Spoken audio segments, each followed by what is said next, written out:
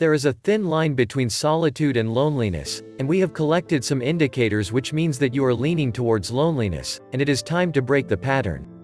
Loneliness and solitude are two different things. Even though they follow the same principle, one is harmful and one is beneficial. Loneliness refers to the sadness that surrounds you because you have no friends or company. Whereas, solitude means the state of being with oneself, one's own choice. Loneliness can be beat, while solitude is usually pleasurable. There has been countless research on the topic of loneliness that has shown somewhat similar results. It has been linked to depression, mental health issues, obesity and even suicide. In addition, some studies have linked the increased incidence of loneliness to the integration of technology into our lives that has reduced face-to-face communication. On the other hand, loneliness in the right amount is very beneficial for humans. According to many psychologists and psychiatrists who have conducted extensive studies into the art of solitude, it has been concluded that solitude improves productivity and concentration as well as your relationships with yourself and others. There is a thin line between solitude and loneliness, and we have collected some indicators which means that you are leaning towards loneliness, and it is time to break the pattern. We have looked at some ways to manage and heal this dreadful feeling also mentioned, before you fall down the rabbit hole of loneliness. Hello friends and welcome to One Relationship Tips, and I am Kabir. Let's get started. Number 1 is you crave meaningful connections. You have stopped hanging out with your old friends. When they try to meet, you make excuses because you think you are not in that circle. Instead, you begin to crave deeper connections with people. Even if you hang out with your friends occasionally, you still feel lonely because you don't feel like you are connected to them on a deep level. While understandable, this is not healthy behavior. In life, you have to make friends with all kinds of people, and don't wait for deep relationships to form immediately. So go out and make connections. You might find the connection you're looking for in unexpected people. The second is restlessness and boredom.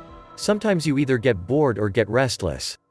You are now as accustomed to escape and background noise as in TV shows, movies and video games. The worst part is that you don't try to change your circumstances, you become numb to feelings and start accepting your helplessness. Instead, you should try to enjoy your own company. Instead of mindless background noise, you can meditate or practice yoga. Meditation has been shown to transform loneliness into a feeling of solitude. So please, be kind to yourself and practice meditation. Third is that you are harming yourself. You've had distractions in the form of food, alcohol, physical self-harm, or drugs. Loneliness is a feeling that demands escape, and you almost always choose the wrong way to escape. We know it seems like nothing can make you feel better, and this dark, lonely night will always be here, but it is not. You can come out of it. All you have to do is take the first step. Accept that you feel lonely. As with all things, acceptance is the first step to recovery. Once you accept that, work out a plan for dealing with it. Or do you want to live with this crushing feeling forever?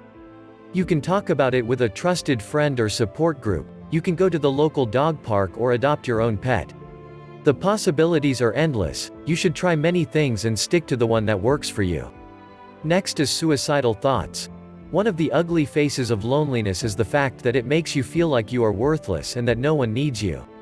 This feeling will, over time, lead you to end your life because you will form a belief that people do not need you and that no one will notice your absence. This is not the case. You are needed and there are people who love you.